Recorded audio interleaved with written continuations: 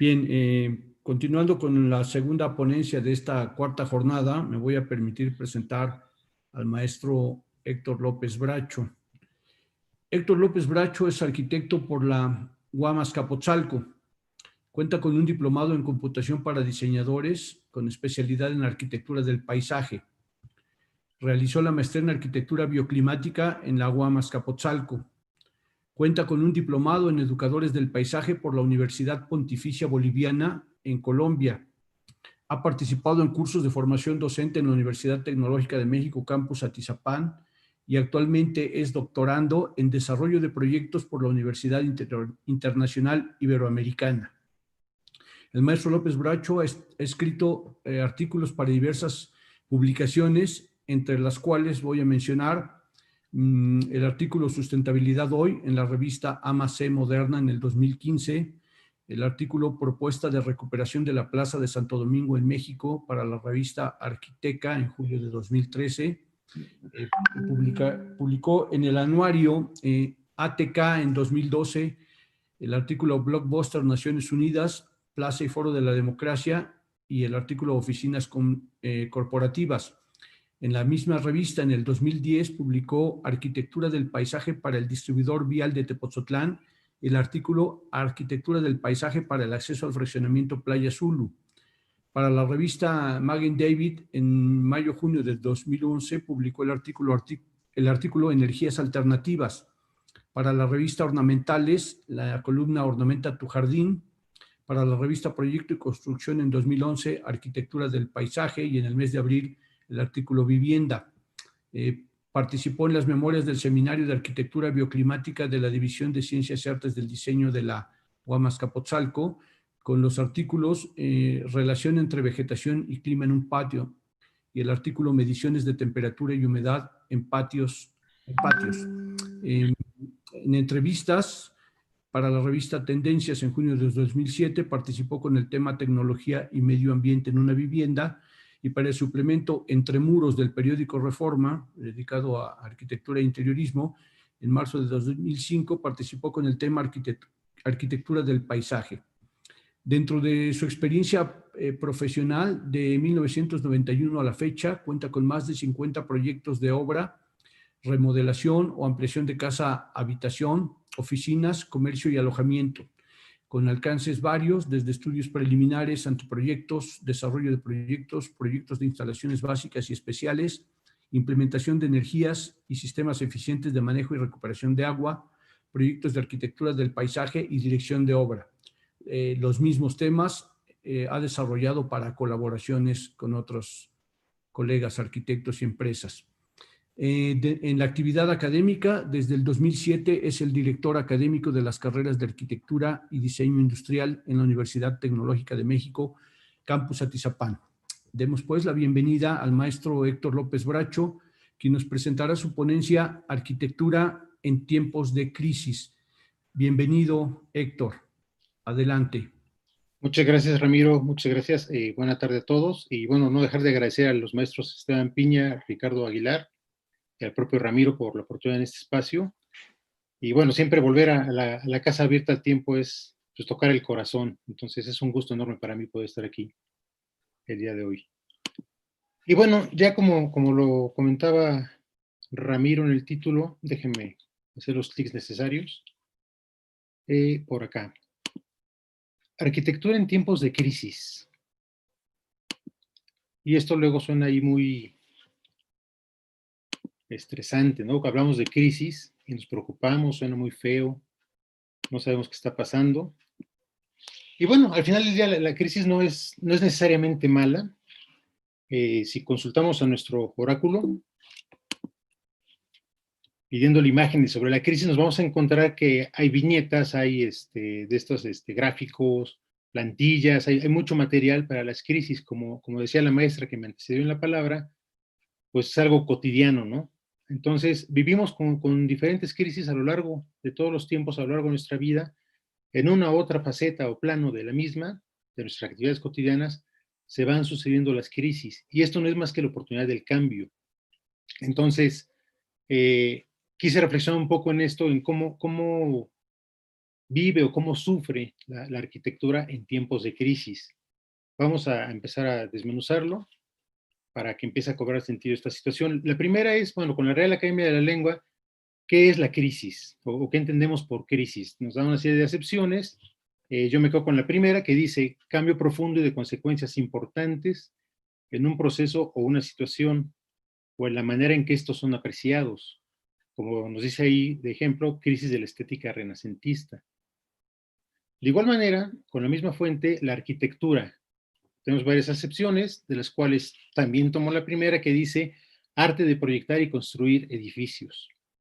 Así pues, si ensamblamos estos dos términos, podríamos hablar de crisis de la arquitectura y diríamos que es un cambio profundo y de consecuencias importantes en el arte de proyectar y construir edificios o en la manera en que estos son apreciados. De aquí me quiero quedar en la primera parte que dice en el arte de proyectar y construir edificios.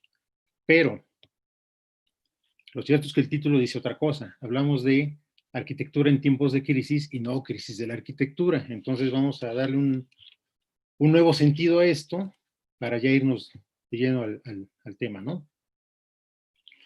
Tipos de crisis. Si al final lo que vamos a ver es qué agentes externos o qué fenómenos externos a la arquitectura son los que la afectan y cómo se desenvuelve la arquitectura en tiempos de estas crisis, pues empecemos por ver qué crisis son, ¿no? Lo tengo en dos grandes rubros. De un lado tengo las de origen humano, tenemos que estar ahí siempre como responsables de algo, ¿no? Y bueno, vamos a verlas. Empezamos por la cuestión económica. Y a manera de ejemplo, pues la situación de La Habana Vieja, donde podemos ver cómo, pues tras 60 años de una situación particular en términos económicos, para no entrar en detalles, pues el casco histórico de la ciudad, a falta de mantenimiento, por falta de recursos, pues poco a poco se está degradando y se está perdiendo. Esta imagen es muy reciente, no les puedo precisar la fecha, pero es muy reciente. Testimonio de ello, el hada que vemos ahí en la esquina, pero bien parecería una foto de los años 40, ¿no? Pero no es así. Es una imagen muy actual y da fe de cómo está la situación de los edificios de esta ciudad. Y es interesante contrastarlo pensando en que es parte de estas ciudades del sistema de ciudades amuralladas que dejaron los peninsulares hace 500 años, pues si contrastamos con otras dos ciudades similares, en arquitectura, en clima, en sistemas constructivos, como es el caso de San Juan de Puerto Rico y San Francisco de Campeche, pues vemos que el estado de conservación es muy diferente. Más allá de situaciones políticas, sociales, etcétera, pues el factor económico que se ha expresado sobre el mantenimiento de una ciudad o las otras dos, con la falta de este, marca claramente una diferencia. Entonces, esto pues, necesariamente nos tiene que llevar a prever estas situaciones al momento de hacer una construcción, considerar el tema del mantenimiento de la misma, no es solo construir y ahí terminamos. Realmente el mantenimiento de las construcciones es un factor que tenemos que ver como arquitectos. La falta de esto pues puede generar una crisis en los edificios que puede comprometer incluso su conservación. Sigamos. Un segundo aspecto que por ahí se los enlisté, sin entrar en el detalle, pero lo vamos a ver, es el aspecto político. A mediados del siglo XX, un poco antes de la mitad del siglo XX, pues la Segunda Guerra Mundial, que fue una situación política llevada al extremo, un conflicto bélico entre muchas naciones, de ahí el término de guerra mundial, y particularmente pues dos bandos, ¿no? Por un lado los países del eje, por otro lado los países llamados aliados, y en algún momento estos últimos hacen un bombardeo exhaustivo sobre la ciudad de Dresden, en Alemania, sin entrar tampoco en detalles para no armar polémicas, pues no era un bastión militar del eje, sin embargo fue bombardeada exhaustivamente. Y este testimonio, una foto de febrero 13 de 1945, nos deja ver el estado de destrucción al que se llegó, ¿no? Una foto en el mismo sitio, 70 años después, una foto, una comparativa que se viralizó mucho hace 5 años por esto de los 70 años del fin de la guerra, nos muestra la misma ciudad, la misma locación, pero totalmente diferente. ¿Qué es lo que sucede al final de la guerra en el proceso de reconstrucción? En algún momento el gobierno, el pueblo alemán tomaron la decisión de hacer un cambio en las construcciones y fueron incluso más allá, un cambio en la traza urbana también, de manera que esta situación política que terminó siendo bélica, es decir, una situación extrema, pues terminó por cambiar la fisonomía de la ciudad incluso, ¿no? Abrió paso a algunos de estos edificios que conocimos mucho en términos arquitectónicos de la mitad del siglo XX, de estos edificios de carácter funcionalista, grandes, con grandes espacios para vivienda o para trabajo. Ya se ven unos ahí al fondo. Y por supuesto estos grandes espacios abiertos, esta avenida enorme que se ve por aquí, que en la foto de la izquierda pues no está. Entonces, situaciones políticas de cualquier magnitud y por supuesto llevadas al extremo, pueden terminar también en afectar la manera en que entendemos la arquitectura o el urbanismo. Este que es un caso muy interesante en términos sociales, cómo los aspectos sociales pueden estresar o afectar a la arquitectura, una crisis social puede afectarla. Este caso que yo recuerdo que en la escuela era muy estudiado como fenómeno social, esto fue en San Luis en los años 50. Esta zona de San Luis era un espacio residual, marginal, en San Luis, Missouri. Y bueno, se hace un proyecto con esos postulados del movimiento moderno, un conjunto habitacional grande, como se ven tantos en la época de la posguerra en Europa del Este, como en Latinoamérica tenemos muchos, México tiene ejemplos extraordinarios de ellos. Entonces se desarrolla este complejo y pues, las mismas personas que ya les mencioné eran un espacio marginal, residual, en todo sentido, pues estas personas son las que van a habitar los nuevos edificios, pero el grado de deterioro social de esta comunidad se manifiesta en los edificios. Entonces, tener estas soluciones de una sola entrada para múltiples viviendas, además con una idea novedosa en su momento por una economía, cosa rara además en el vecino del norte, diseñaron un sistema de elevadores que paraba cada 3 pisos, de manera que uno bajaba en cierto nivel y subía o bajaba un piso para llegar a su vivienda. Entonces, este tipo de situaciones provocaron que las áreas comunes, tan conocidas y tan familiares para nosotros, pues en los Estados Unidos generaran focos de control, espacios territoriales, en fin, pues, auténticos guetos allá adentro que detonaron una situación de violencia, de deterioro social, que poco a poco fue deteriorando progresivamente la condición de este conjunto que nunca se habitó al 100%, por cierto. De manera tal que hacia los 20 años de edad de este conjunto fue totalmente demolido. La solución final que determinaron las autoridades fue: lo mejor que podemos hacer es demolerlo y reubicar a todos los habitantes. ¿Qué pasó aquí? Una mala lectura, evidentemente, del núcleo social al que estaba destinado este objeto arquitectónico, pues no dio como consecuencia el funcionamiento adecuado del mismo. No falló la arquitectura per se, falló quizás la lectura de la situación social, o la situación social fue la que, en su crisis, afectó a la arquitectura. Y otro caso más que al final se lo podemos atribuir a las condiciones humanas. Yo lo llamé técnico, pero puede ser técnico o de conocimiento. Vayámonos al siglo XII. Estas 3 construcciones que les pongo en pantalla, que son en Europa, en Asia y en América, o en Mesoamérica para estar a la sazón del momento, son contemporáneas. En algún momento las 3 estuvieron simultáneamente en construcción. Sin embargo, nos dejan ver que hay diferentes sistemas constructivos, por supuesto, diferentes materiales, diferentes técnicas estructurales para poder soportar estas construcciones. El extremo más notable es comparar el ejemplo europeo de Notre Dame con la pirámide Kukulcán en Chichén Itzá, ambas de piedra.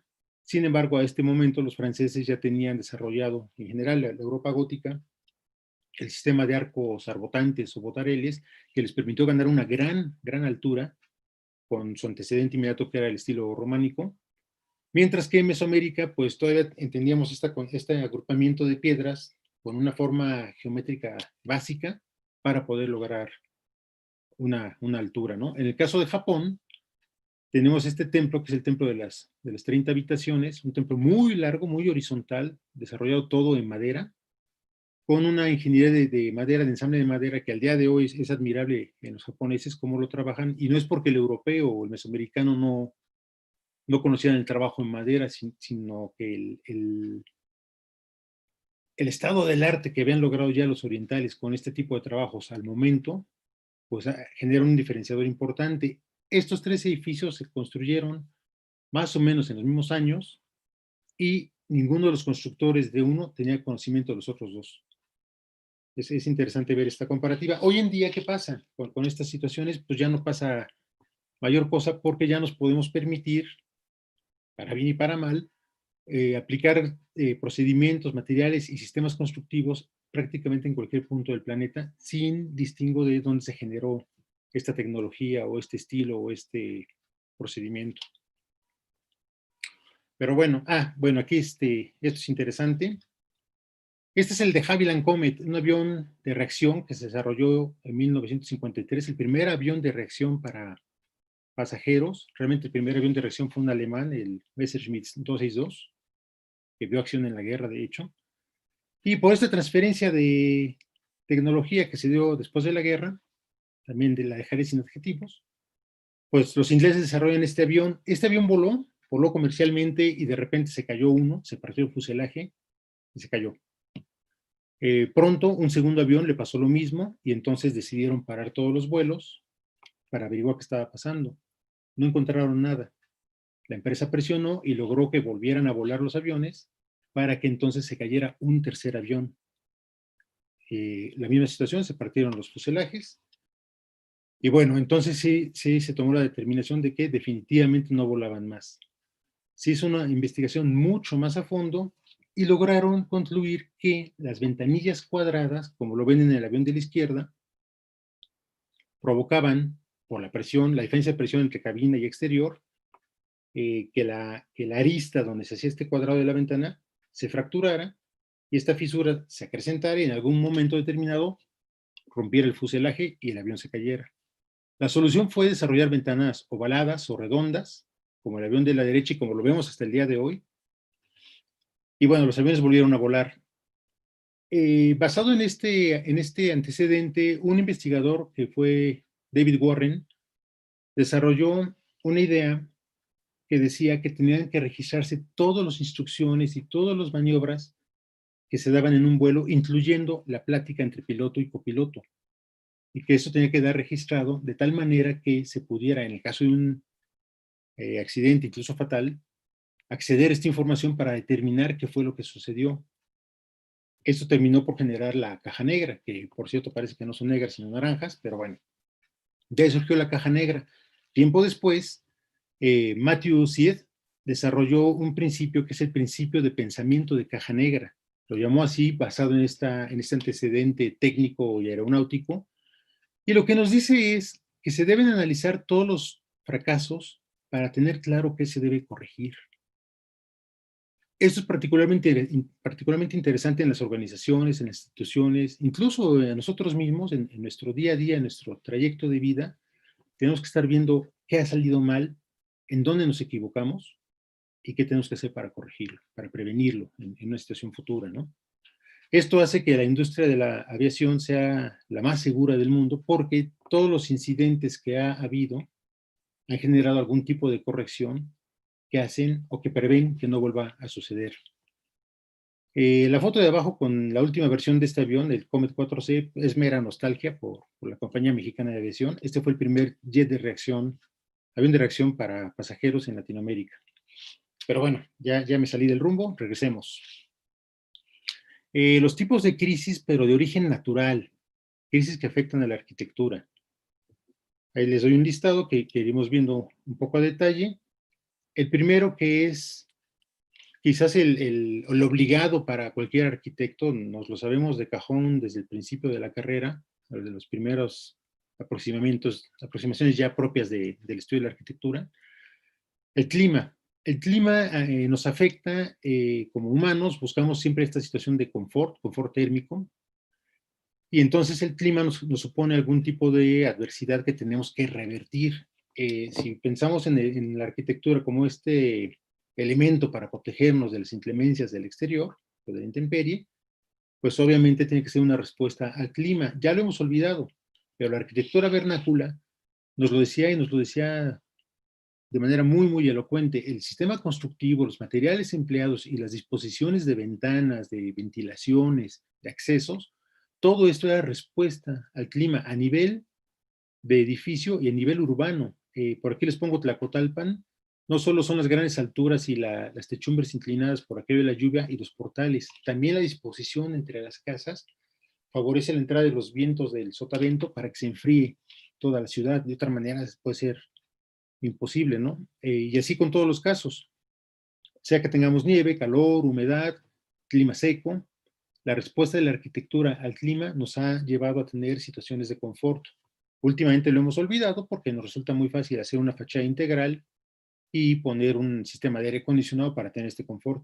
De ninguna manera digo que sea lo correcto, pero lo que en un momento supuso una crisis para la arquitectura, que era la adversidad que nos da el clima, pues la arquitectura se adaptó y dio respuestas de acuerdo a las locaciones en las que se fue desarrollando.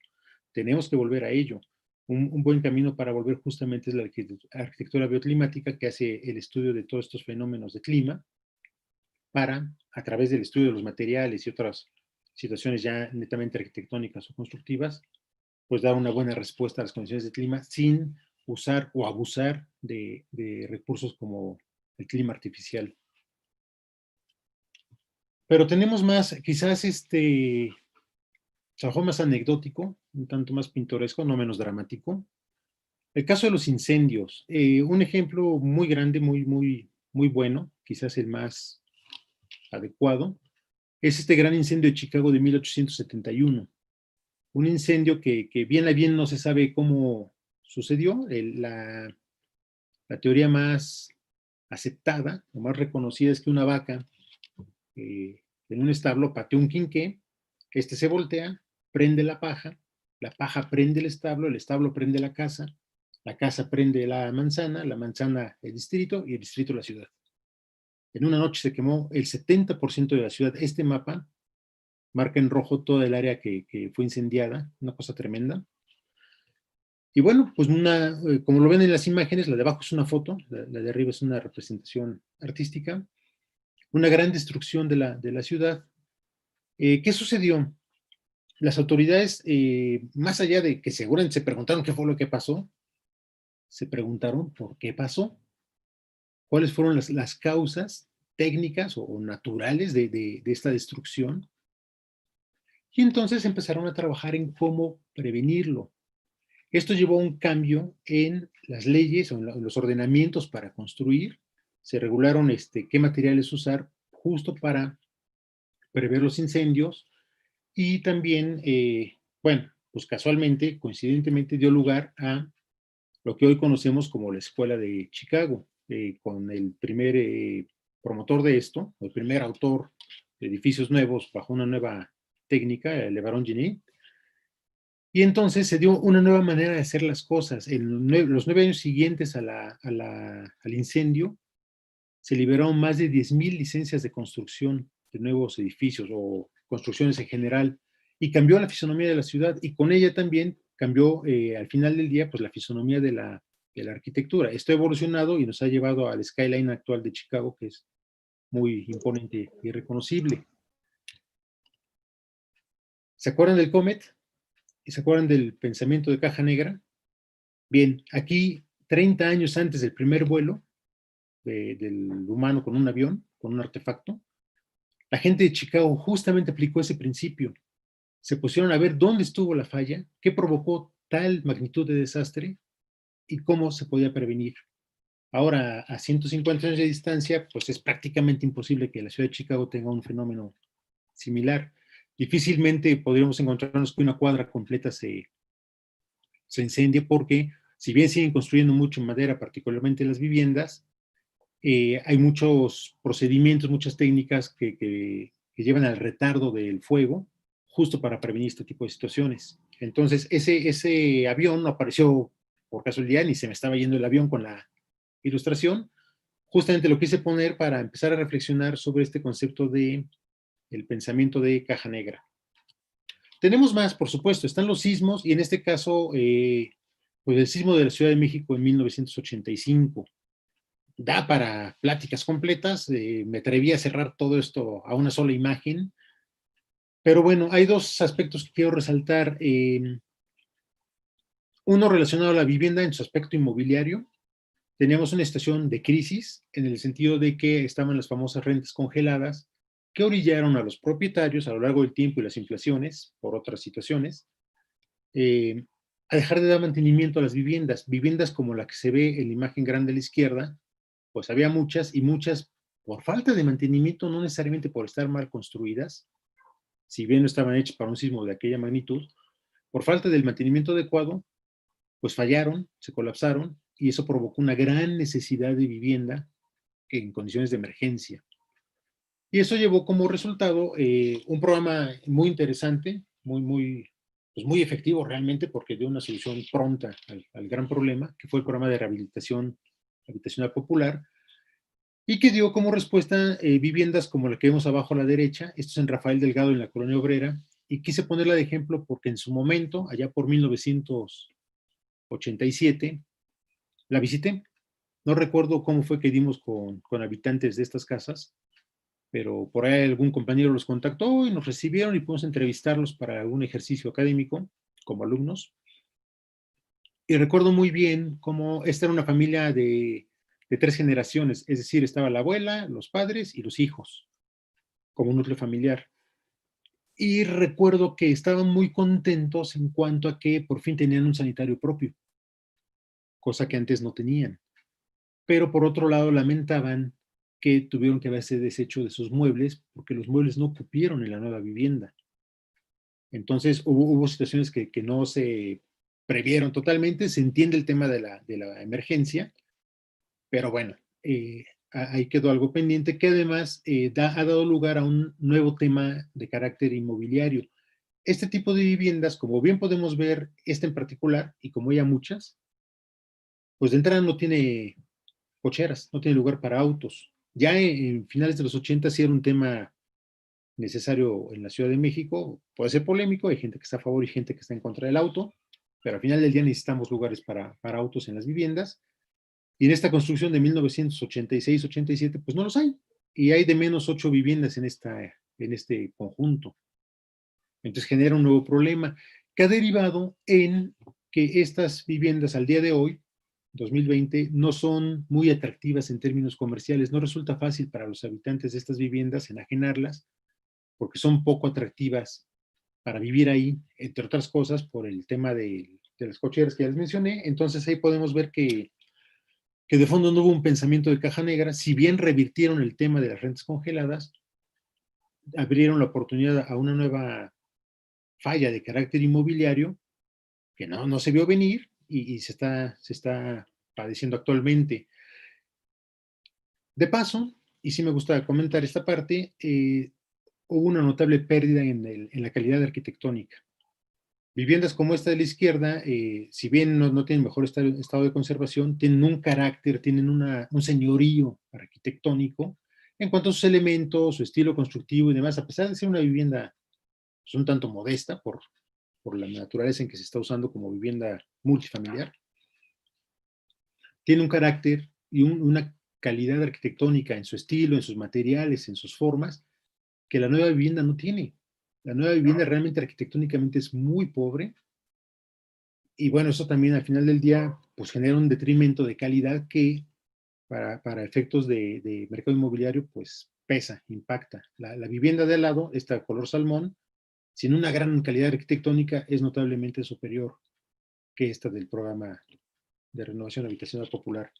Entonces, al final se abrieron dos nuevas oportunidades que a falta de un pensamiento de caja negra, pues no se previnieron, no se atendieron y generan nuevos problemas. Pero bueno, esto es lo que nos puede dejar un sismo. Hemos visto casos dramáticos en muchos lugares del planeta. Sigamos, los tsunamis. El tsunami, al final de cuentas, es consecuencia también de un sismo, pero es cuando se junta con el mar y tenemos ahí un tema, ¿no? Apenas ayer tuvimos una alerta por un sismo muy importante en Alaska, pero pronto dijeron que no había amenaza de tsunami para México. Este tsunami que seguramente recuerdan todos, fue muy impactante por el daño que causó, muy grandes daños. Y bueno, tenemos tres ciudades, Lampuk, Banda Aceh y Teunom, en la zona de Sumatra, con fotos de 2014. Ya vemos las ciudades reconstruidas, ahí vemos todos los caseríos, en fin, todo el desarrollo urbano, particularmente en la primera y en la tercera, es decir, izquierda y derecha, vemos las mezquitas que se conservaron en pie, pero es interesante ver qué pasó días después del tsunami, cómo era esto. Y era la desolación total. Las mezquitas quedaron en pie, no faltó quien quisiera darle un carácter divino a esta situación. Lo cierto es que es un tema de calidad de construcción. Las construcciones que vemos en las fotos de abajo, estas de tejados rojos, son construcciones en madera. En cuanto llegó el agua con el volumen y la fuerza que llegó, pues se las llevó. Literalmente lavó todo esto y las construcciones de mampostería o de concreto soportaron este empuje sin mayor conflicto, ¿no? Al final quedaron en pie. Me impresionó mucho cuando empecé a armar este material, me impresionó mucho ver que se quedaron en lo mismo. Entonces me fui a buscar un poco qué pasa con los tsunamis y sí, la probabilidad de que vuelva a impactar un tsunami de esta magnitud en este sitio es muy, muy, muy baja, pero puede suceder. Si llegara a suceder, que francamente no lo deseo en ningún momento, vamos a volver a ver imágenes como las de arriba. Regresando al tema del principio de la caja negra, pues no lo aplicaron. No sé si no quisieron trabajar en ello o se confiaron mucho en el tema de que, bueno, para que nos vuelva a pegar igual no pasará y volvieron a hacer lo que saben hacer, que es este tipo de construcciones. Espero en verdad que no se vean comprometidos. Un año después de aquel tsunami tuvimos el huracán Katrina, que fue muy, muy violento, muy fuerte, y particularmente en Nueva Orleans, pues se descargó con toda su fuerza, y el huracán por sí mismo pues no fue tan dañino como sí lo fue la inundación que dejó. Entonces, las inundaciones que también pueden generar grandes estragos y no necesariamente a partir de un huracán, una lluvia persistente, una tormenta tropical pueden dejar una gran inundación y pueden comprometer la situación urbana o la situación de los edificios. El caso de Nueva Orleans también fue algo muy dramático por el daño que provocó y entonces hizo un movimiento del Make It Right, un impulso abanderado por el actor Brad Pitt, que decía esto nos puede volver a pasar. Evidentemente estaba trabajando con este principio de pensamiento de caja negra y entonces convocó a profesionales a desarrollar prototipos de vivienda que fueran capaces de soportar inundaciones. Aquí lo vemos arriba, para los fans, por cierto, ahí está el actor. Y en el fondo vemos una de estas viviendas. Vean cómo el piso de la vivienda en sí está desplantada, elevada sobre el terreno, de manera que puede soportar una inundación de 1 metro sin comprometer la integridad de las personas, de los habitantes de la casa. Pueden quedarse dentro de la casa con seguridad. Una situación lamentable que se dio es que el grueso de las viviendas que se usaron como eh, reconstrucción fueron a la usanza tradicional. Este programa fue muy predominante en los medios por la figura del actor, pero realmente alcanzó alrededor del 1% de las viviendas reconstruidas. El otro 99%, bueno, algunas tomaron ejemplos similares, pero la gráfica de arriba nos dice que por cada una de las viviendas que sí de alguna manera prevé un desastre natural de estos, hay otras 14 que no lo prevén, que no están preparadas para ello. Entonces, otra vez, vemos como una crisis de un fenómeno natural, en este caso, pues afecta a la arquitectura y este pensamiento de caja negra, pues aquí no se aplicó a cabalidad. La iniciativa de Make It Right es muy buena, pero no tuvo el argumento adecuado para que lo siguieran, ¿no? Y bueno, esperemos que tampoco suceda una desgracia de estas. Y seguimos con las pandemias para entrar a lo de hoy. No soy científico, entonces no quiero detallar mucho este tema de las pandemias, pero sí les traigo aquí las 10 mayores pandemias de la humanidad y qué las provocó. Algo muy interesante que debemos reflexionar es las últimas 5, por no decir 6, contando el VIH, han estado presentes en el siglo XXI. Y el siglo XXI lleva apenas 20 años. Entonces, las pandemias son algo que cada vez vamos a tener más y más y más presente en nuestro entorno, en nuestro día a día, con diferentes grados de peligrosidad, con diferentes grados de expansión, pero van a estar ahí. Entonces, ¿cómo vamos a estar reaccionando ante ellas? Bien, primero un recuento, porque sí han influido en la manera en que hacemos arquitectura y ciudad. Históricamente estaba de manera predominante la teoría miasmática, dominó el discurso sanitario a lo largo de los siglos. ¿Y qué decía? Que las miasmas o estos malos olores eran los agentes que transmitían las enfermedades. Evidentemente teníamos un conocimiento un tanto limitado de la ciencia y entonces asociábamos el mal olor a la enfermedad, cuando realmente el mal olor era consecuencia de auténtico agente de la enfermedad. Pero bueno, esta teoría miasmática, sin embargo, dio lugar a cosas como el drenaje público y la pavimentación de las calles, que empezaron a favorecer una cierta higiene que previno algunas enfermedades en su momento, algunas grandes enfermedades. Posteriormente dio lugar, de mano de los científicos, la teoría de los gérmenes del contagio biológico. De manera muy destacada, Luis Pasteur y Robert Koch, con sus teorías, cambiaron el concepto de qué es lo que nos enfermaba, y entonces ya sabíamos de la existencia de estos gérmenes, de los agentes patológicos, de las bacterias, y esto entonces empezó a cambiar el discurso de cómo construir y de cómo resolver nuestros espacios habitables. Empezaron a desaparecer los armarios, por aquello de guardar polvo y las polillas y estas cosas, para dar lugar a los closets.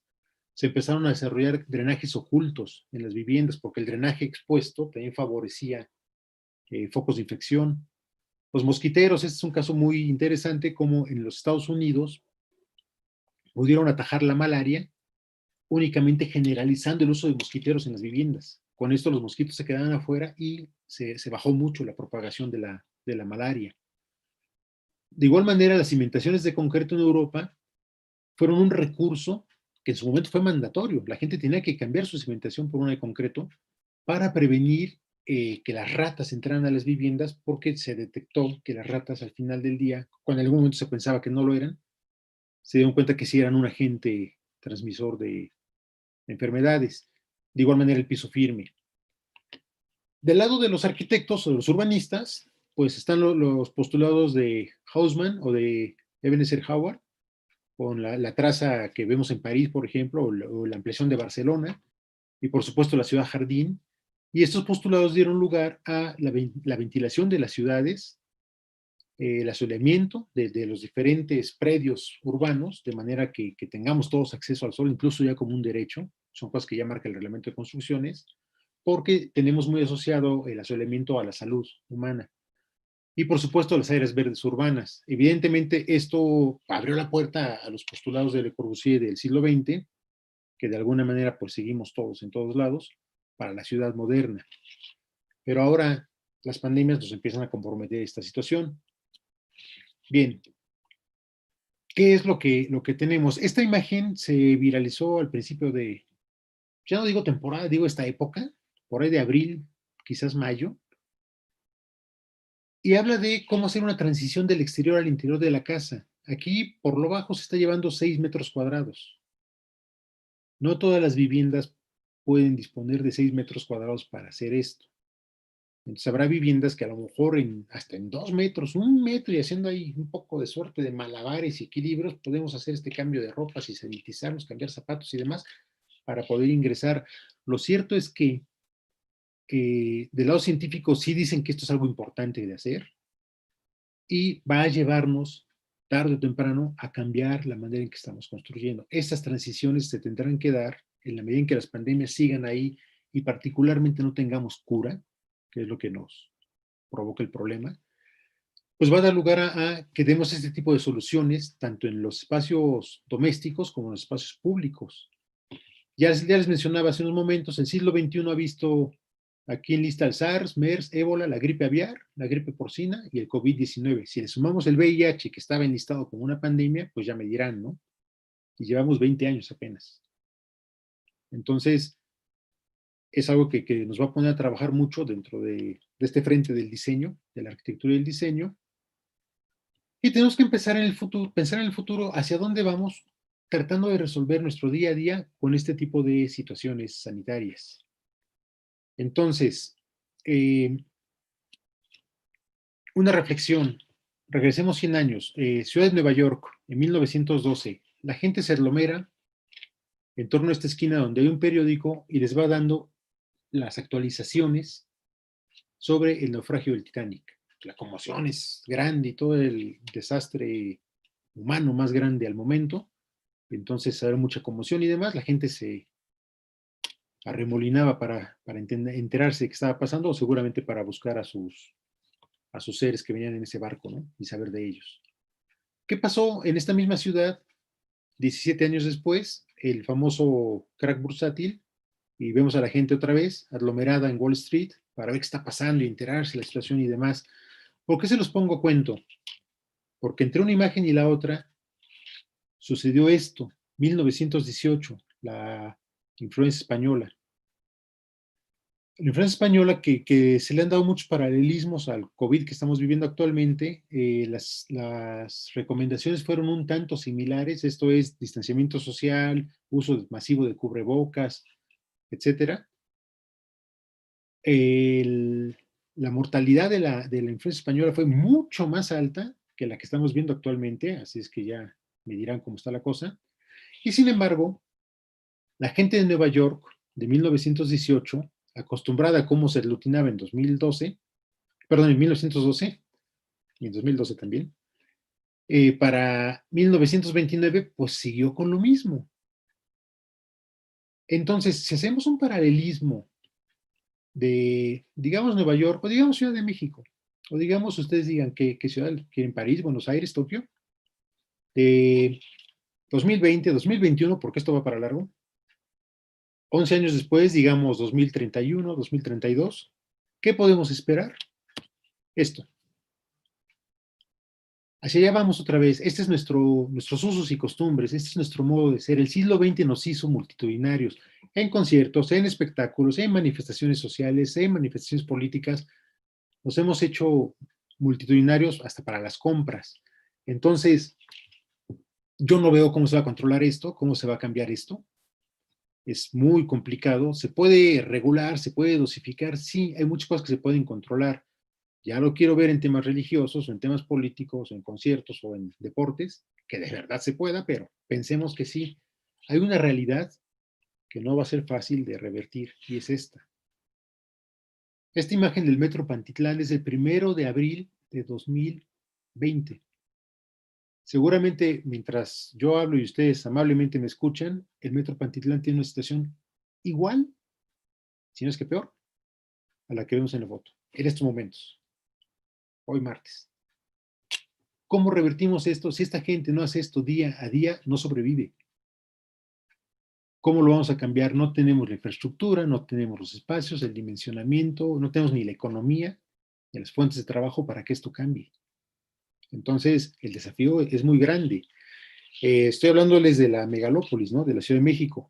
Si reflexionamos que es la novena en población en términos mundiales, es decir, hay 8 casos más complejos, la situación realmente es muy desafiante. No digo que no podamos, se va a poder. Indudablemente tenemos respuestas, pero el desafío es grande y es interesante pensar que las 100 aglomeraciones urbanas más grandes aglutinan o concentran, dice ahí, creo que es mejor término, a 1 de cada 7 habitantes del planeta. Esto es más de 1.100 millones de habitantes. Estamos en grandes concentraciones urbanas. Entonces, temas como el distanciamiento social es un gran desafío. Hay que encontrar respuestas. ¿Hacia dónde vamos? Bien, me permito proponer algunas conclusiones a esta reflexión en 3 términos. El primero es el espacio construido. Vamos a ver espacios sanos, hablaremos de espacios sanos. El reglamento nos manda espacios con condiciones de habitabilidad e higiene. Esto es que sean dimensiones adecuadas, que tengan ventilación adecuada y asoleamiento adecuado. Todas las instalaciones, particularmente las sanitarias, perfectamente canalizadas y esto para que no tengamos focos insalubres en las viviendas o en los centros de trabajo. Se va a agravar este sentido en términos de sanidad, de patógena, ¿no? Hacia allá vamos. Distanciamiento interior, este es un gran desafío. Si un recurso para prevenir o para evitar el contagio es el distanciamiento social, bueno, hay mucho espacio construido que no favorece el distanciamiento social. El distanciamiento interior va a ser un tema a resolver indudablemente. Y la vivienda convertible, esta es una estación que también, por ahí en la sesión anterior, se habló un poco de esta contratación y la experiencia y estas cosas. Pues ahora vamos a empezar a ver cómo algunas vacantes, como las que hay ahora que nos piden 20 años de edad, pero 30 de experiencia, y bueno, las que nos piden, algunas nos piden que tengamos automóvil propio, ¿no? Por la naturaleza del trabajo, o quién sabe por qué lo piden. Va a haber vacantes que van a pedir condiciones laborales en la vivienda, demostrables. Entonces, de repente hasta van a venir a visitarnos a ver si de verdad el espacio que tenemos destinado al trabajo da para trabajar desde ahí. La vivienda tendrá que ser convertible porque cuando venga otra pandemia como esta se va a ir, pero vendrá otra y tengamos que volver a recluirnos, pues vamos a buscar ya a priori que nuestra vivienda tenga esa capacidad para que cuando sea necesario recogerse y guardarse, sepamos con certeza que estaremos en condiciones adecuadas, ¿no? Hemos visto muchos malabares en muchos casos porque nos agarró sorpresa, ¿no? ¿Esto qué va a llevar? A la adecuación de programas arquitectónicos. Vamos a empezar a generar nuevos espacios en la arquitectura para poder dar respuesta a las necesidades de uso del espacio arquitectónico. Elementos que actualmente no consideramos en un programa arquitectónico entrarán, como este espacio de transición que veíamos en otra imagen. Seguramente va a ser una prevestibulación o un vestíbulo convertible, sanitizable, qué sé yo cómo lo llamaremos, pero evidentemente empezarán a llegar nuevos espacios a nuestro programa arquitectónico para dar solución a situaciones como la que vivimos y seguramente nuevas tipologías, así como se han generado nuevos espacios de entretenimiento o laborales o educativos, etcétera, se genera una nueva tipología que permita resolver funciones de exterior o funciones académicas, laborales, recreativas, espirituales, dentro de los hogares, pensando en un tema de pandemia, ¿no? Dará lugar a nuevas tipologías. En cuanto al espacio público, las restricciones creo que van a ser relativas. Si nos regresamos aquí a las imágenes, pues yo quiero ver quién nos va a decir que no podemos entrar al Zócalo en bola. Para lo que ustedes gusten y manden, ¿no? Para manifestarse o para el concierto, para la alberca o para el grito. No lo van a parar, ¿no? Se me hace complicada esa parte. Habrá legislaciones de uso, indudablemente, pero van a contraponerse contra los derechos. No me digan que no puedo hacer uso del espacio público, ¿no? Y por otro lado, va a haber un conflicto que será interesante, aunque creo que habrá una buena salida, con esta tendencia actual del espacio incluyente, el espacio para todos, incluidos los otros seres que no son humanos, animales de compañía o animales del lugar, como las aves, y por supuesto la vegetación. Entonces, si empezamos a controlar o a regular el uso del espacio público, quizás eventualmente sin querer, caigamos en un conflicto con el espacio incluyente. Creo que al final habrá una buena respuesta por ahí. Y algo que también creo que va a dar mucho es el diseño, el desarrollo del diseño cero contacto. Muchas cosas, valiéndonos de la tecnología, del Internet de las cosas, podremos llegar a muchos recursos donde ya no tengamos contacto con las puertas, con los dispensadores, con muchas cosas para poder hacer nuestro día a día. Bueno, pues como siempre el tiempo se va muy rápido. Es una reflexión de cómo vive la arquitectura en tiempos de crisis, y las crisis siempre nos llegan por cualquier lado, ¿no? Y la arquitectura al final siempre ha estado ahí. Mientras estemos, habrá la necesidad de la arquitectura, entonces, con nuestras condiciones, nuestras adversidades, nuestras crisis, la arquitectura estará acompañándonos indudablemente. Maestro Ramiro, pues es todo por mi parte. No sin antes agradecerles una vez más la oportunidad. Muchísimas gracias, Héctor. Muy interesante lo que presentas, nos deja pensando, creo que enormemente. Yo tengo por aquí alguna pregunta. Sí. A continuación, la maestra Sara Elena Viveros va a dirigir muy interesante, de verdad, la sesión de preguntas y respuestas. Adelante, maestra Viveros. Muchas gracias, maestro Héctor. Muy, muy interesante, la verdad. Bueno, tenemos la primera pregunta de Ruth Elizabeth Bravo. Muchas gracias por su presentación. Es realmente cierto lo que menciona. Esta crisis nos ha cambiado en muchos aspectos. ¿Tiene alguna sugerencia para mantener nuestra mente activa a través de nuestros espacios? Sí, yo cometí un error al principio de esto. Lo leí como voy a estar en casa, de repente habrá mucho tiempo libre, y no es cierto.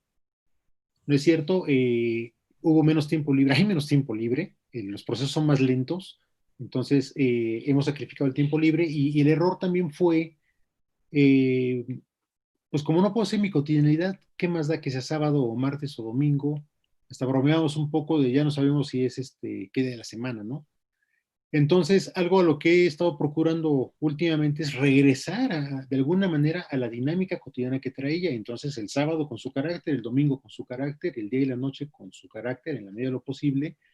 Y esto es tratar de ser normales y entender que lo único que no podemos hacer es salir, ¿no? Entonces, recomendación, haz tu vida cotidiana, lo que te ocupa, lo que te atrae, lo que te divierte. Y pues esto pasará.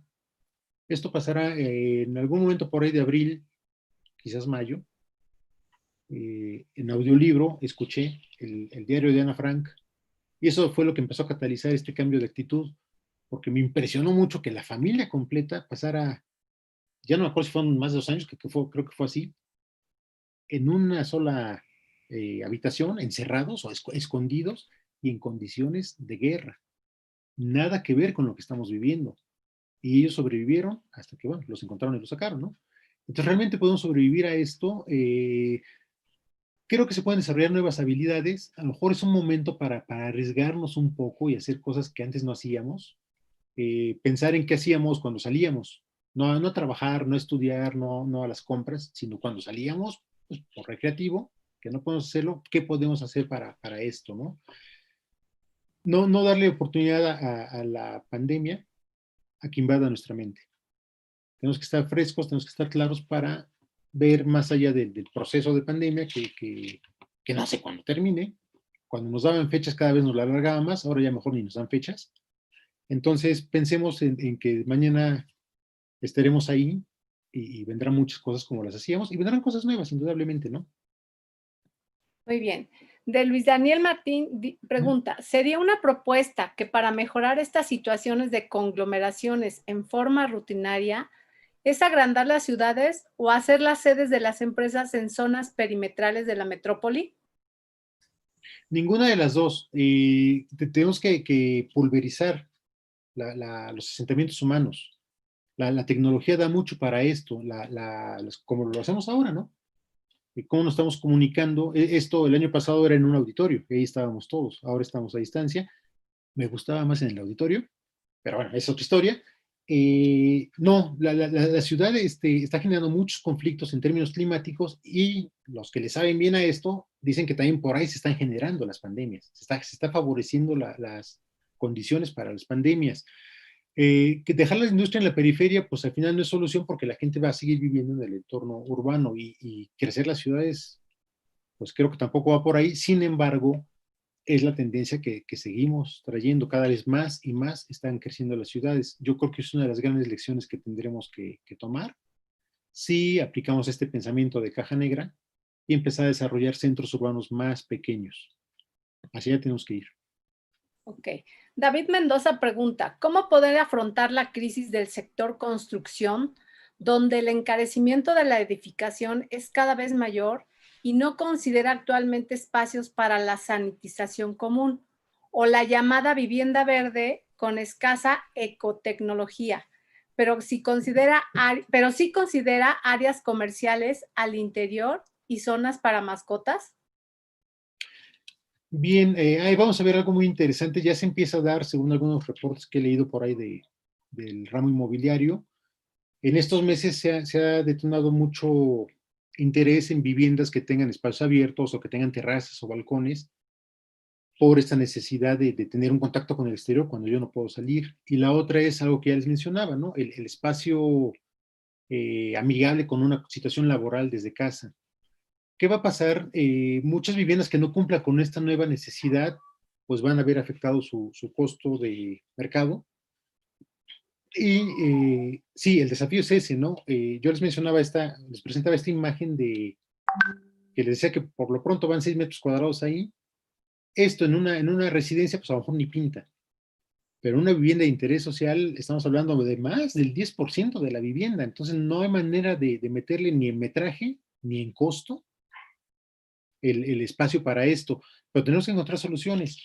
El camino tendrá que ser a lo mejor nuevos procedimientos constructivos y una vez más la desdensificación, no sé si es el término correcto, de las ciudades. En cuanto a estos edificios verdes, hay algunos edificios interesantes, en general me parece una mala broma, porque creo que es una tendencia comercial que pues, todo el mundo quiere comprar verde y a muchos les han venido cosas verdes que no lo son. He visto casos de muros verdes muy simpáticos, pero en cuanto se empiezan a morir las plantas, que son seres vivos y que evidentemente no se tomó en cuenta eso, va a salir mucho más caro cambiar la planta que está allá en el piso 7 que la planta misma, ¿no? Entonces, vamos a ver que el muro verde ya al final no fue tan bueno. Pero bueno, ahí nos podemos ir a otro tema. No sé qué tan amigables sean la densificación. Por ahí también, mientras preparaba este material, por ahí algunos estudiosos de la arquitectura están actualmente pensando hacia dónde tenemos que irnos y algunos apuntan al fin de los grandes edificios, porque un gran edificio supone una gran concentración de personas que va en contra de este distanciamiento sanitario que tenemos que vivir. Entonces, creo que no tengo respuestas precisas, más bien es donde se están abriendo las grandes interrogantes. Qué bien que lo plantea Diego, perdón, era el nombre, ¿no? David Mendoza. David, perdón, David. Buen planteamiento, buen ojo analítico, porque sí, son las grandes respuestas que tenemos que dar y hacia allá tenemos que empezar a estudiar fuertemente cómo darle salida a esta problemática. Ok, muchas gracias. Una última pregunta por cuestiones Claro. de tiempo. Es un hecho que hay una epidemia de feminicidios que ha existido desde siempre, pero sumado al virus del COVID, esta epidemia aumentó en un 22% al estar en cuarentena con los agresores. ¿Cómo cree que la arquitectura se verá afectada por este fenómeno? ¿O existe alguna propuesta o estudio para esta crisis? Bueno, creo que no es una epidemia, es un fenómeno social, pero la arquitectura no creo que tenga respuesta a ello. Es un tema muy grave, muy delicado, y sin lugar a dudas se ha acrecentado. De repente hay personas, hombres y mujeres, también hay que decirlo, o hijos y padres, en fin, es una cuestión compleja, muy compleja, pero dejémoslo en feminicidios, que era el punto. Mujeres que de repente se ven pues forzadas a convivir con el agresor. Entonces es algo dramático, la arquitectura no tiene soluciones, pero pues quizás habría que empezar a pensar en viviendas con doble salida, viviendas que permitan subdividirse. Entonces yo me meto acá y me aíslo y tengo todo para estar aislado de ti, pero realmente no es la respuesta. La respuesta es corregir el problema social. La arquitectura, si hacemos este tipo de cosas, vamos a favorecer que esto permanezca. Y creo que sería un error. Ok, muchísimas gracias. Muchísimas gracias por su ponencia, muy interesante, muy interesante. Le pediría si nos pudiera escribir su contacto porque quedaron algunas preguntas y comentarios. Le lo mandan felicitar por la ponencia, sobre todo porque nos da mucho de qué pensar. Muchísimas gracias, maestro. Muchas gracias, maestra. Y con todo gusto ahorita en el chat le pongo mis datos. Claro que sí. Gracias. Gracias a todos. Muchísimas gracias, maestro López Bracho, muy interesante. Ya platicaremos después. Hay muchas cosas muy interesantes. Me gustó esta relación que hiciste de Matthew Syed con el asunto del pensamiento de la caja negra, ¿no? Sería cuestión de, en Sí. alguna ponencia, pensar, ¿no? Yo hubiera querido preguntar qué es lo que debemos. Bueno, me gusta porque el libro habla de que hay gente que nunca aprende de sus errores, ¿no? Exactamente. Y este es el asunto de qué estamos aprendiendo, qué es lo que vamos a volver a cometer, qué es lo que hizo Chicago para que no se vuelvan a quemar las casas, qué es lo que hicieron en el asunto del tsunami, pero será cuestión de otra plática. Muchísimas Seguro que sí. gracias. Me parece a mí muy interesante el tema. Y pues no me queda más que invitarte para la siguiente. Me Pues con parece. todo gusto, siempre es un placer. Entonces, pues cuando me digan, adelante. Claro que sí. Gracias. Muchas felicidades, Héctor, también. Ujú. Pienso lo mismo y me sumo a estas felicitaciones. Creo que es importante que no solo la profesión de los arquitectos tenga ese pensamiento flexible, elástico y sobre todo propositivo para poder tener soluciones adecuadas a partir de los sucesos que de pronto marcan, ¿no? Marcan la historia, sucesos que han dado como consecuencia víctimas humanas. Y yo creo que nosotros tenemos un compromiso muy grande como comunicadores visuales y que también no solo es trabajo de ustedes, sino también trabajo de la gente que tenemos el poder de comunicar de esa manera. Muchísimas gracias, es interesante. Gracias, maestro, muchas gracias. ¿Algo más, Sara, Ricardo? Bueno, si me permiten, si aún todavía hay tiempo, me gustaría a lo mejor leer otra pregunta. No sé, Ramiro, ¿hay tiempo? No Sí, sé. adelante. ¿Hay tiempo? Sí, Sí, ok. De Javier Oliveira, muy buen análisis del maestro Bracho y me gustaría que me respondiera esta pregunta. Después de ver este análisis de las diferentes crisis de arquitectura, ¿será conveniente que se siga construyendo tanta nueva vivienda en la Ciudad de México? Bien, Javier, muchas gracias. Ojo, no hablé de crisis de la arquitectura, sino de crisis que afectan la arquitectura. Las viviendas en la Ciudad de México, pues hay la necesidad.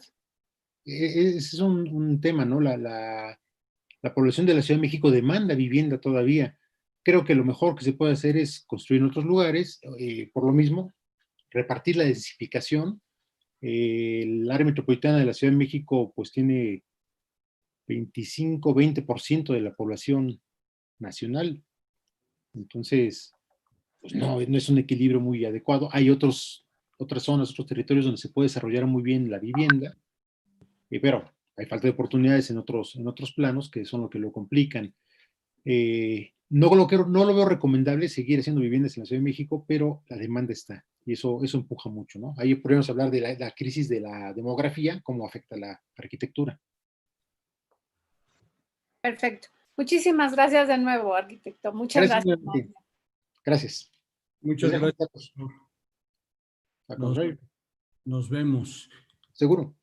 Vamos a dar una pausa de 10 minutos. Nos vemos acá a las 7:32 para continuar con la última ponencia. Gracias.